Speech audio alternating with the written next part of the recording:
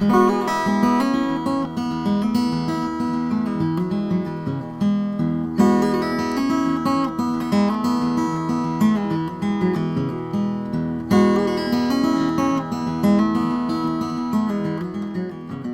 was chosen for treatment, one, because it's highly recreated. The mountain biking, the hiking in there is, it's probably one of the most recreated properties in the county. Two, there's the impact of the WUI, and the best word I could use is an anchor. It was chosen as an anchor to begin work across the county.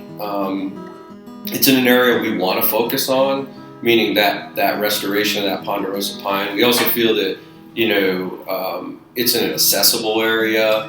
So the roads were already developed from the Heil family. So there was a lot of hurdles we were able to overcome early. The trail systems offered a great opportunity for defining both cutting units and burning units. So all those things kind of came together, and we did a lot of science up front on that property. Everything from determining fire interval and what that forest looked like, what we would consider pre-settlement. So all that was really cool, and the treatments began probably 13 years ago. It began with just mechanical thinning and chipping and pile burning.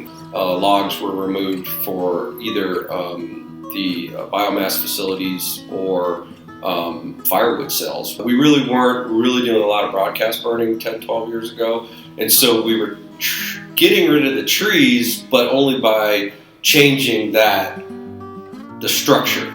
The project, though, really kicked off right at the tail end of the Lower North Fork tragedy, and that really was difficult.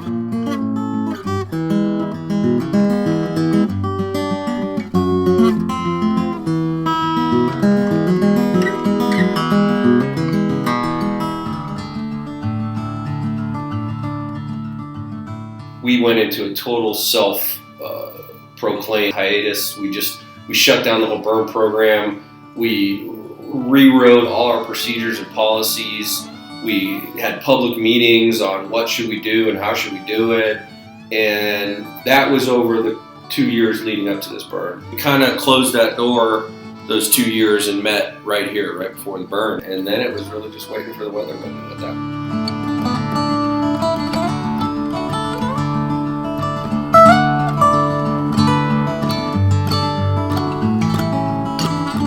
I truly do believe in the SMART model: simple, measurable, attainable, realistic, and timely. If you give me an objective built that way, you can accomplish something, or you can identify that you can't accomplish something. And so we use that model, and then we basically allow our foresters to write the forestry objectives. Now, if there's a fire management objective, but what we find is we could actually write a restoration objective or set of objectives that meet both.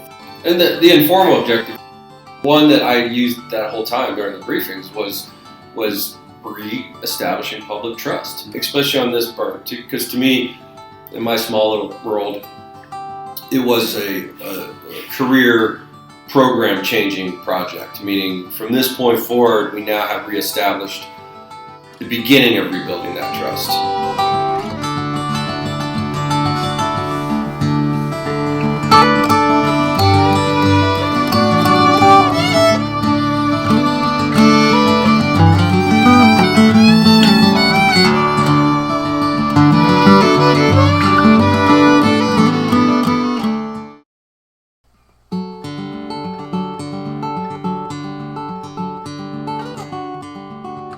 The commitment I made to my agency administrators was that if we did not feel good about it, I don't care if we had 400 people coming out, spent $5,000 on food and equipment and stuff, we would not burn. Nothing is going to force us to burn.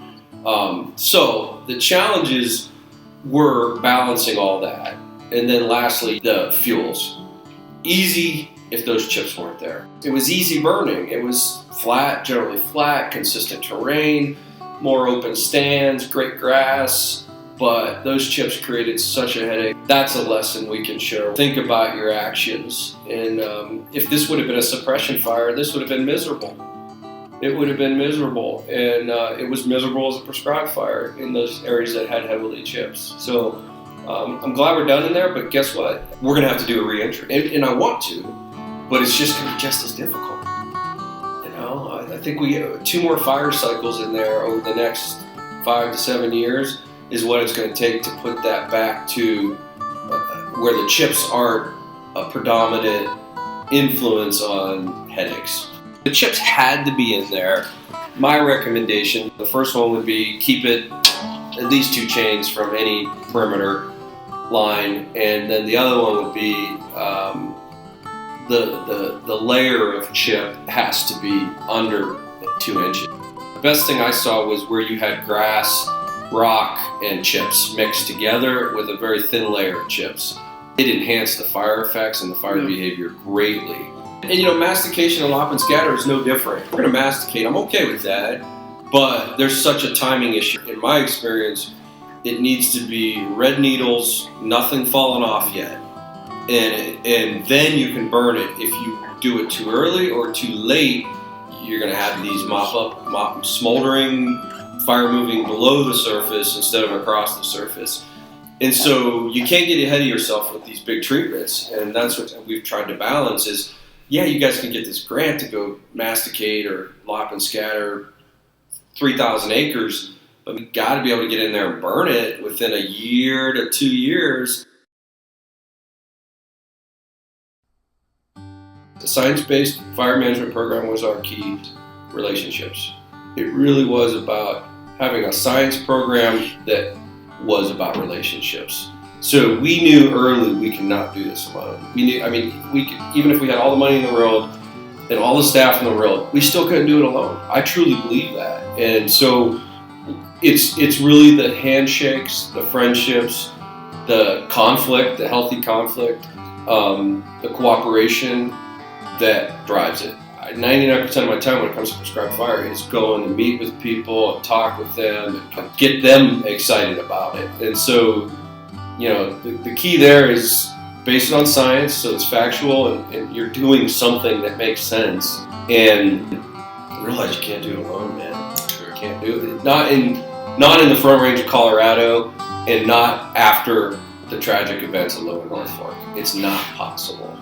I think what we're doing is building both trust with the public and trust with the people we work with.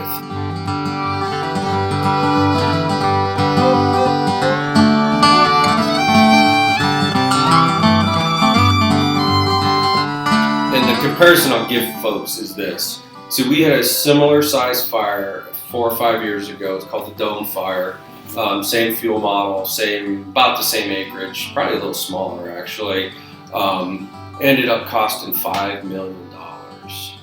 When this fire is all said and done, including the forestry treatments over the last 13 years, hundreds of thousands of dollars in grants and forestry work, the at least $70,000 we spent on the 2 weeks of burning, at least $70,000, we will not exceed even close to $500,000. We will not exceed, probably well under that.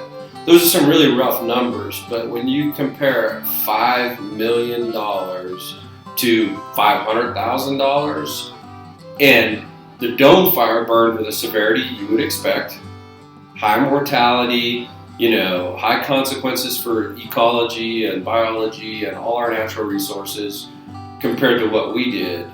We achieved both a significant resource management objective, a significant cost savings, a significant decrease in safety issues. Why aren't we burning more?